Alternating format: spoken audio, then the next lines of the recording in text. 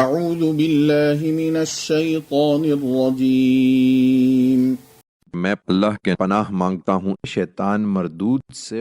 الذین ان مکناہم فی الارض اقاموا الصلاة وآتوا الزکاة وامروا بالمعروف ونہوا عن المنکر وَلِلَّهِ عَاقِبَةُ الْأُمُورِ۔